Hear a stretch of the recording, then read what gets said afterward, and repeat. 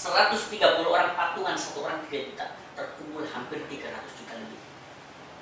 Tanpa minta bantuan sepeser pun dari pemerintah, kita terkumpul uang hampir 300. Apa yang kita lakukan? Kita benahi dengan kalian butuh apa nih? Butuh kualitas ternak yang bagus, kita cari, kita kasihkan kepada mereka dengan sistem bagi hasil dengan koperasi.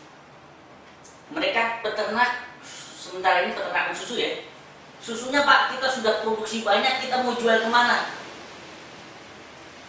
Kenapa tidak koperasi ini memfasilitasi mereka untuk menghasilkan susu yang bagus untuk menjualkan produk mereka? Sehingga apa yang terjadi? Mereka nggak berpikir bagaimana mencari kambing berkualitas, mereka nggak berpikir bagaimana caranya menjual susu yang bagus. Itu sudah tanggung jawab koperasi dilakukan di sini.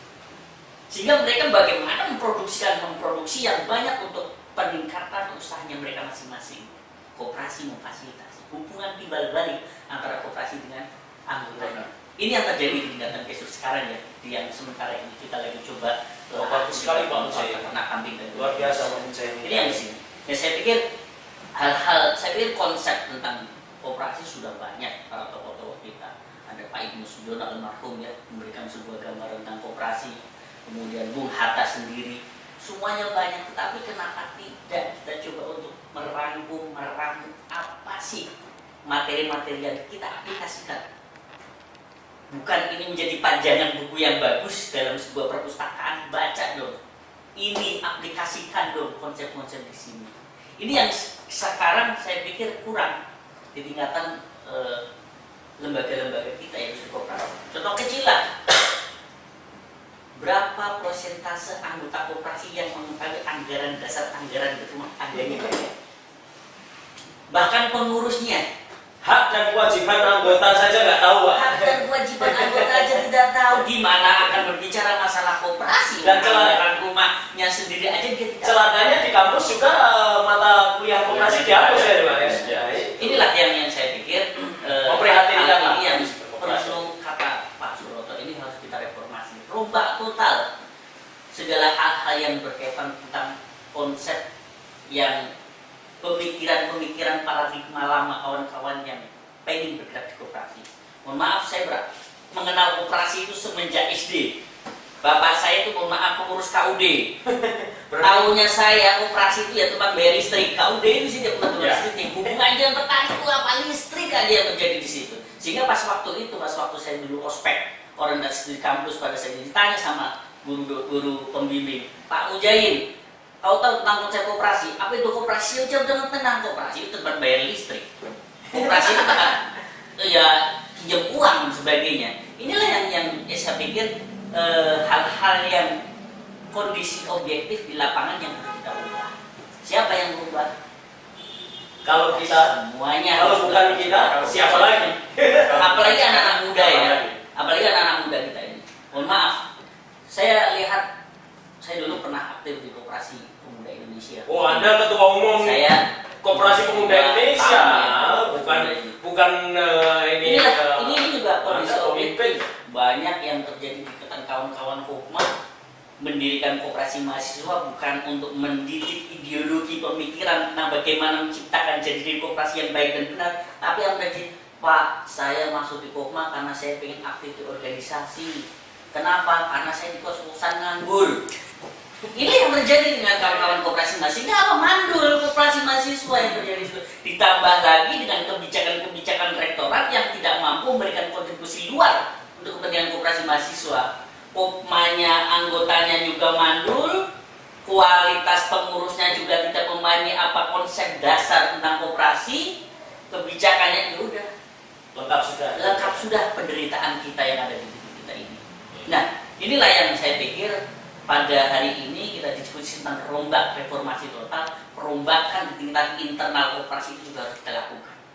Kalau Pak Usroto tadi konsep mendasar secara makro dijelaskan bagaimana undang-undang regulasi, bagaimana konsep perpajakan, tapi kita di saat kita berbicara luar internalnya juga bobrok, apa yang terjadi? Inilah yang saya pikir harus kita benahi di tingkatan internal kita sehingga akan menjadi, nah fungsinya apa? Pendidikan. Betul. Kita didik masyarakat tentang konsep dasar koperasi yang baik dan benar. Baik dan benar ya Pak ya. Kita didik mereka tentang sebuah wadah koperasi secara matang kepada mereka. Jangan separuh-separuh. Sehingga muncul paradigma baru bahwa koperasi adalah untuk menolong diri kita sendiri, bukan menolong orang lain.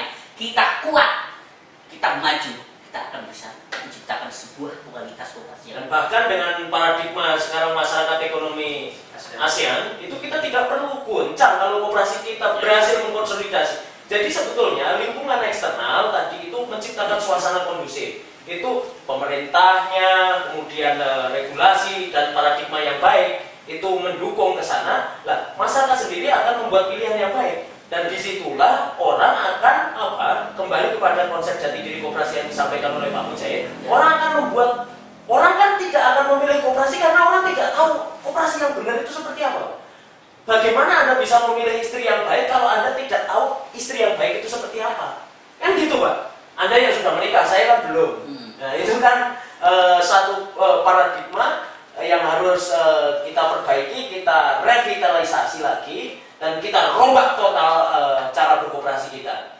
Nah, masyarakat ekonomi ASEAN itu kan sebetulnya kan adalah satu tantangan baru yang sebetulnya kita akan menjadi gamang ketika kita tidak berhasil mengkonsolidasikan kebutuhan internal kita. Saya mengatakan begini Pak, ini kita itu ketika kita sudah terbuka sebagai masyarakat ekonomi ASEAN, tapi kita tidak menyediakan diri untuk membuat pengaruh terhadap masyarakat ekonomi ASEAN, tapi kita menyediakan diri sebagai objek, sebagai pasar bagi kepentingan modal asing. Kenapa? Karena kita tidak biasa dengan hidup mengembangkan sektor-sektor produktif yang dikembangkan oleh Mas Mujahid. Satu contoh Pak, kalau kita mau mempersiapkan masuk di dalam masyarakat global, masyarakat ASEAN yang kita exercise sekarang ini, atau kita sebagai uji coba untuk menjadi bagian dari masyarakat global, harusnya kita itu sudah mempersiapkan masyarakat itu untuk mengembangkan sektor-sektor produktif tadi. Kenapa? Karena ekonomi suatu negara itu disebut kuat apabila dia mampu mengelola sektor domestiknya. Sektor domestik itu apa? Ya pangan sama energi. Kita ini sekarang Pak menderita menderita double defisit. Double defisit itu apa? Double defisit itu artinya kita defisit neraca perdagangan dan neraca pembayaran. Defisit neraca perdagangan itu apa? Antara impor sama ekspornya kita lebih banyak impor. Lalu terus kemudian yang disebut defisit neraca pembayaran itu artinya apa?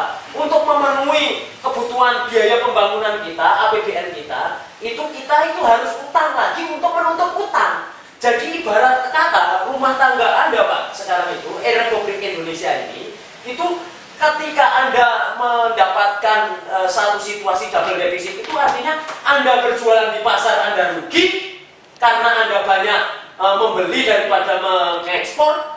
Kemudian apa? Untuk hidup sehari-hari Anda gali lubang tutup lubang untuk memenuhi kebutuhan ya tadi, sekolah, kesehatan dan sebagainya. Anda harus gali lubang tutup lubang. Ini kan celaka masyarakat kita.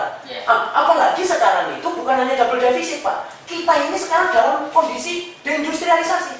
Statistik kita 5 tahun ke belakang itu dalam posisi deindustrialisasi. Artinya apa? Perusahaan-perusahaan banyak yang tutup. Kenapa banyak yang tutup? Karena selama ini kita mengandalkan apa?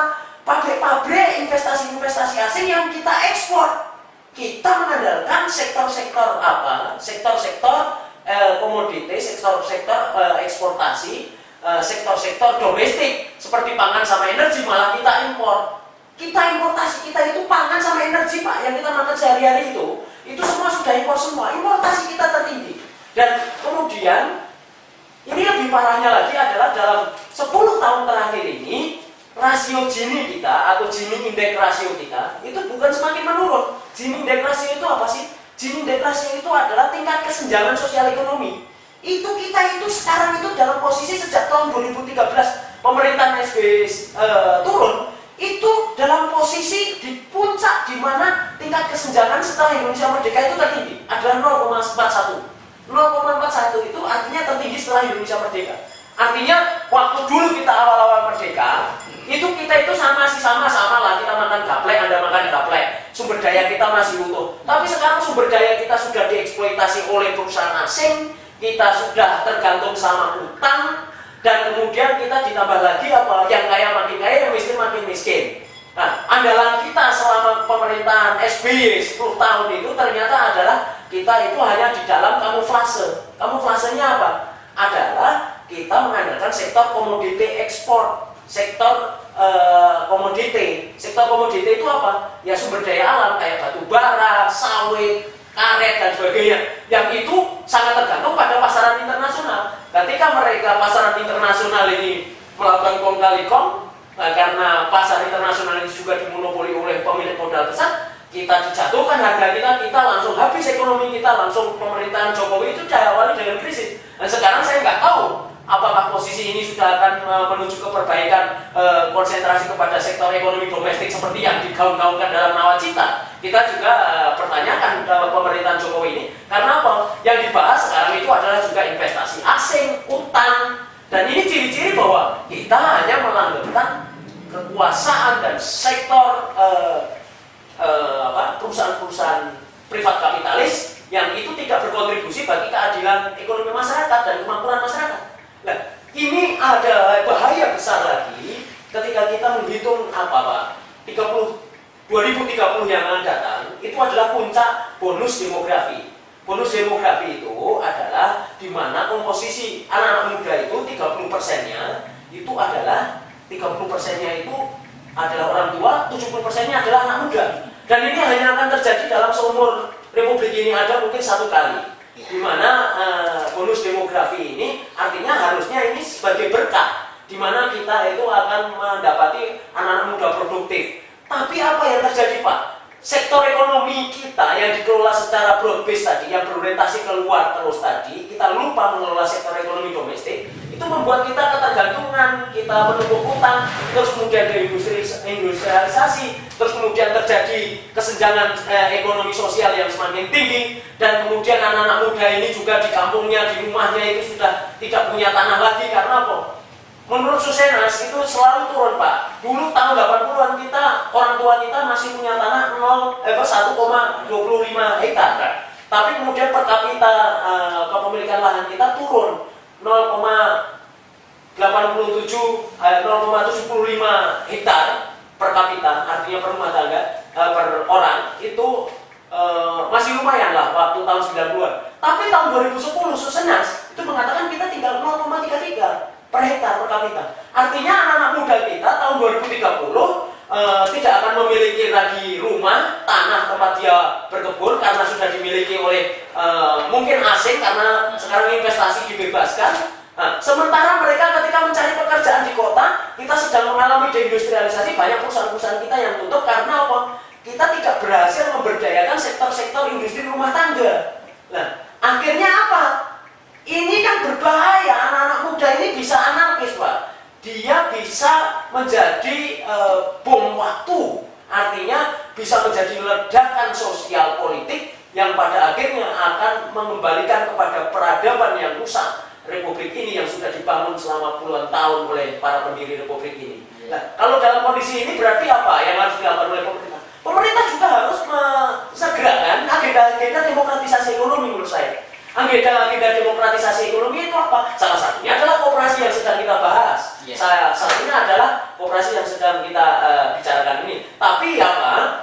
Lebih penting lagi juga pemerintah, karena ini kondisinya sudah memprihatinkan dan kondisi Gini rasio itu sudah semakin meningkat, kecenderungannya malah justru bukan turun. Padahal janji Jokowi kan akan menurunkan sampai 0,30 dan direvisi di RPJM atau rencana pembangunan jangka menengahnya itu dengan 0,36.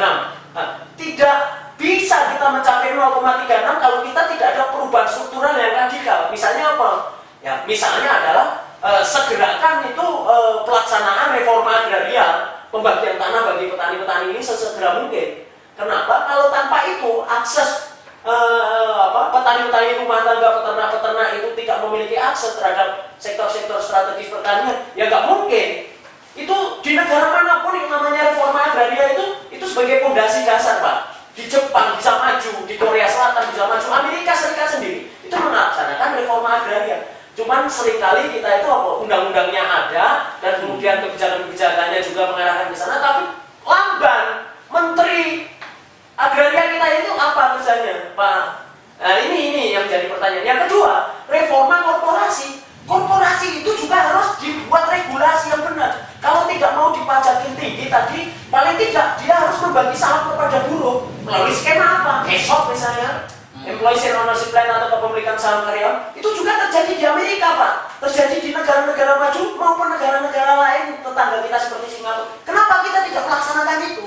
Terus kemudian pembatasan rasio gaji. Kalau tidak dibatasi ya nggak mungkin, Pak.